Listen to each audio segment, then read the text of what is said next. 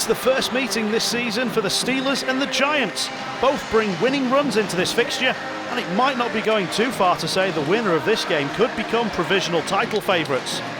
The wait for the Steelers to ice 14 imports again goes on, as Marco Valorand is unavailable. Belfast are at full strength, but don't get confused, that is Shane Owen in Stephen Murphy's shirt. The Steelers have it back, Giants completing defensive changes. And here goes Eberle. Dropped off and the shot is saved. There's a real scramble. There's a penalty called in here as well. Ward and Schudler are at the bottom of the pile. And the Steelers going hard to the net, trying to see if anything would come back off Owen.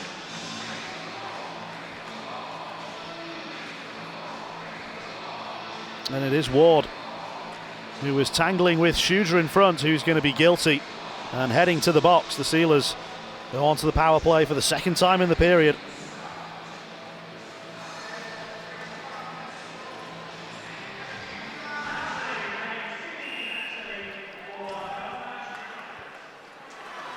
And it's Armstrong to Dowd.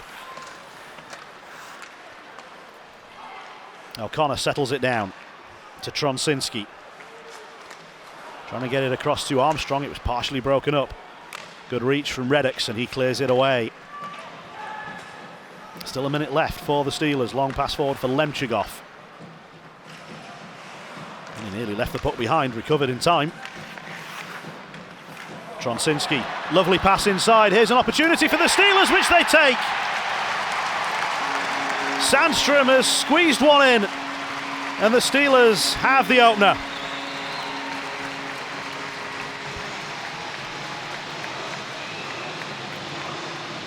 The thread of the pass across, and Owen vacated that near post.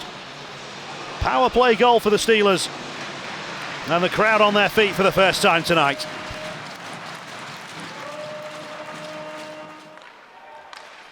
Now taken on by Davis. That's a good shift of the attack to Connolly. He takes the shot on. It's in and out of the body of Owen. Then another shot that comes in. There's a scramble in front. Can the Steelers lift it in? It's a real mess at the side of the goal, and Owen has got across and covered just in time. It's a real scramble around the goal, and players flat out.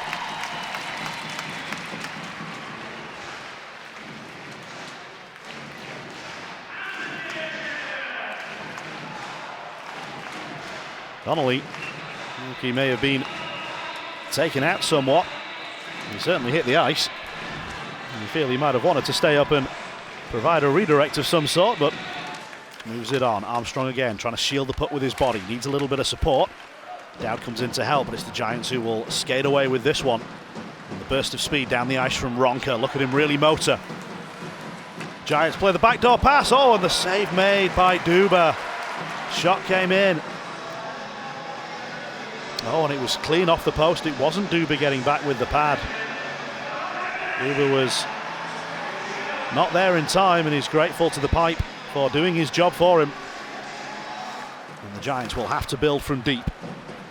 0 for 2 on the power play so far, the visitors. And there's a little collision, which is allowed to carry on. And the Giants have it behind the goal. They'll go back to the blue line, and they'll switch it D to D. And then shoot straight into Connolly, who can now go racing away. Support from DeLuca. Connolly, DeLuca! Clinical counter from the Steelers. Defense turned into attack and turned into a 2-0 lead on the scoreboard. Puck stolen from Lowney. And the Steelers made no mistake. The pass was timed just right, and DeLuca knows it. Play back underway after the TV timeout.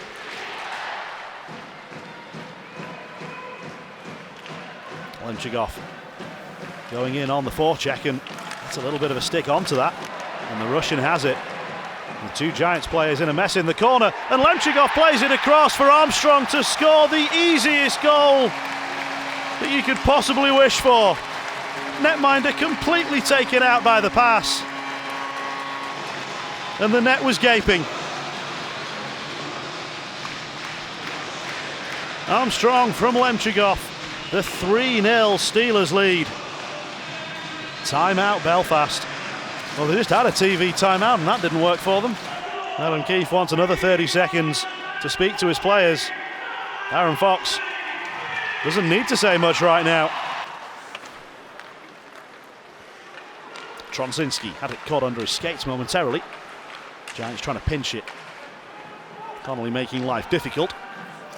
It's Lake in on the forecheck. Steelers send it around the boards only as far as Smotherman. Sent right across, and what a stop by Duba. Denies Goodwin, who was all alone in front on the redirect.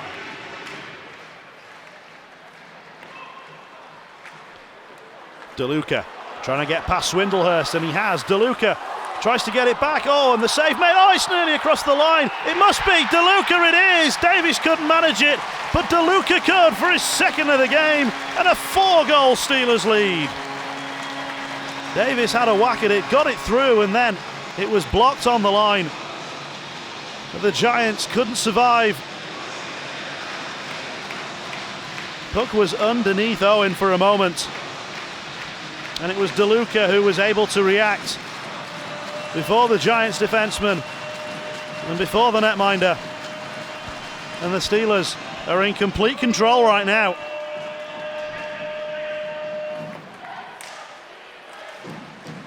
Steelers keep it in the zone, send it towards goal. Oh, it hit off.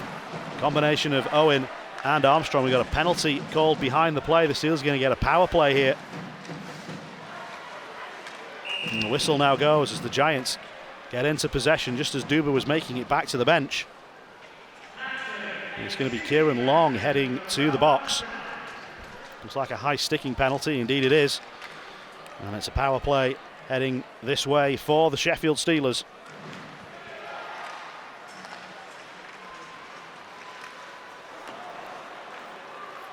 Play well broken up by the Giants. Leonard trying to play the pass across, and the Steelers don't let the puck get too far away.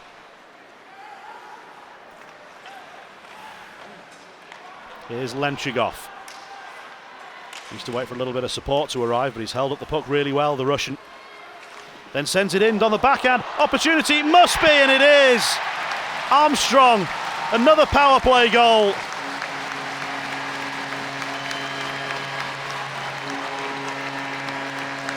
Yet again, Lemchigov was at the heart of it. And once again, Armstrong was on the end of it. It's another Steelers power play goal. And it takes the scoreline to 5-0.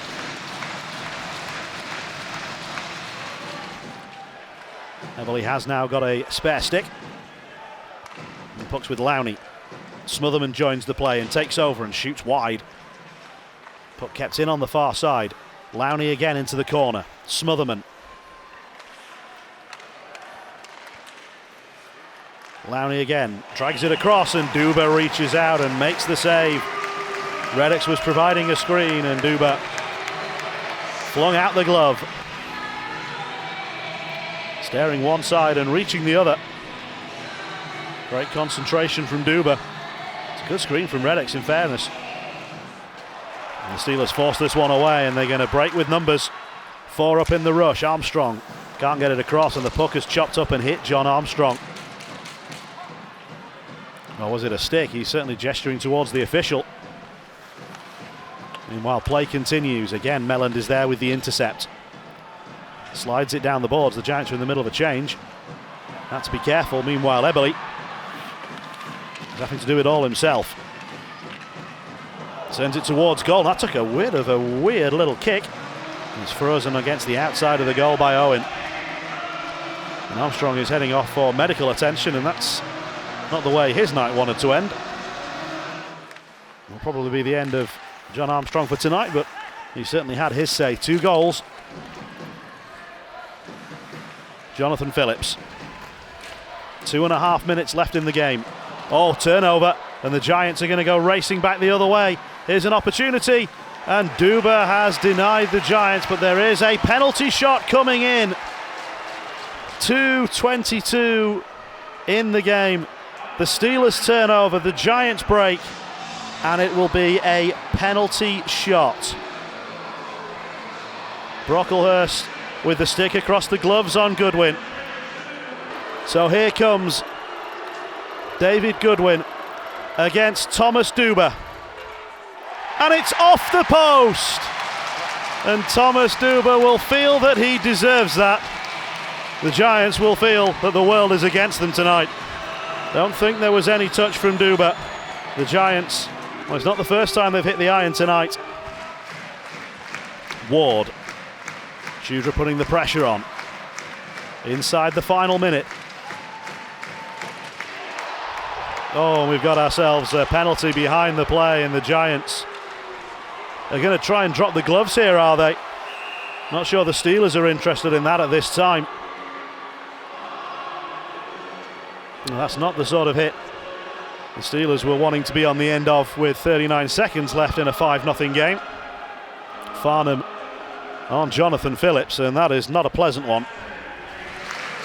Final 10 seconds.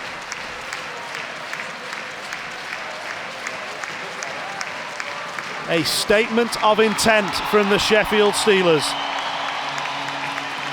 Top of the Elite League and 5-0 winners against the Belfast Giants. It's a first Steelers shutout for Thomas Duba. And the Steelers fans who've been here tonight couldn't have asked for anything more.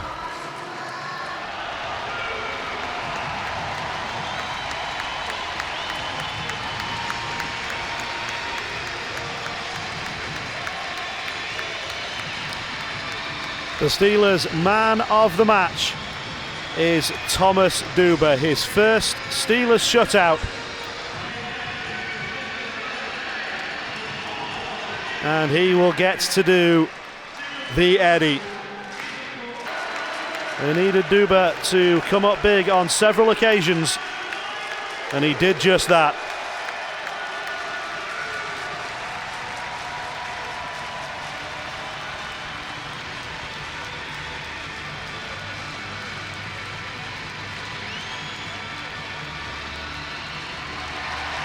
And he's earned that sit down for sure. A grin from ear to ear on Thomas Duba's face, mirrored by every Steelers fan here in attendance tonight. You've been asking for a full 60, you got that tonight. Yeah, I mean, a 5-0 win is huge for us. It was nice to be able to finish the game that way and stay at 0 for Dubes. I thought he was really the difference tonight. Early in that first period, I thought they came out ready to play, and we got our legs under us probably about 5 minutes in. Then I thought we turned the game and kind of took it to them. It was only 1-0 after the first. Then in the second, we were just very opportunistic. We scored on all of our chances. I actually thought Belfast probably deserved better than being down 4-0 after the second period there. I thought they kind of took it to us a little bit, but we kept them mostly to the perimeter and kept all the chances to the outside. You know, it's something we've been preaching over the last couple weeks here, is defending from the inside out, and if we're going to give stuff up, try to give it up from the perimeter. Huge battle. It's a nice little run around right now. This is a tough stretch for us, so it's been nice to see us find a way.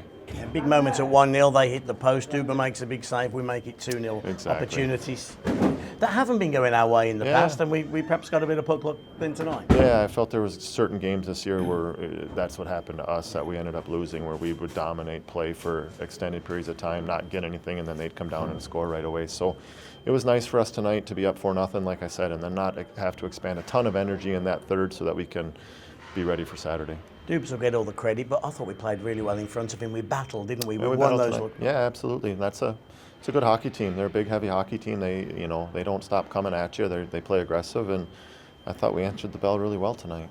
Yeah, and now we go again, don't we? It's only a couple of days for Cardiff. Yeah, it's great. Cardiff and then Nottingham. It'll be another fun weekend for us. Okay, just talk us through the lineup. Hopefully, Valorant back. Is that likely? I'm hoping. Yeah. That's my hope. Obviously, I'm not the doctor here, so. Yeah.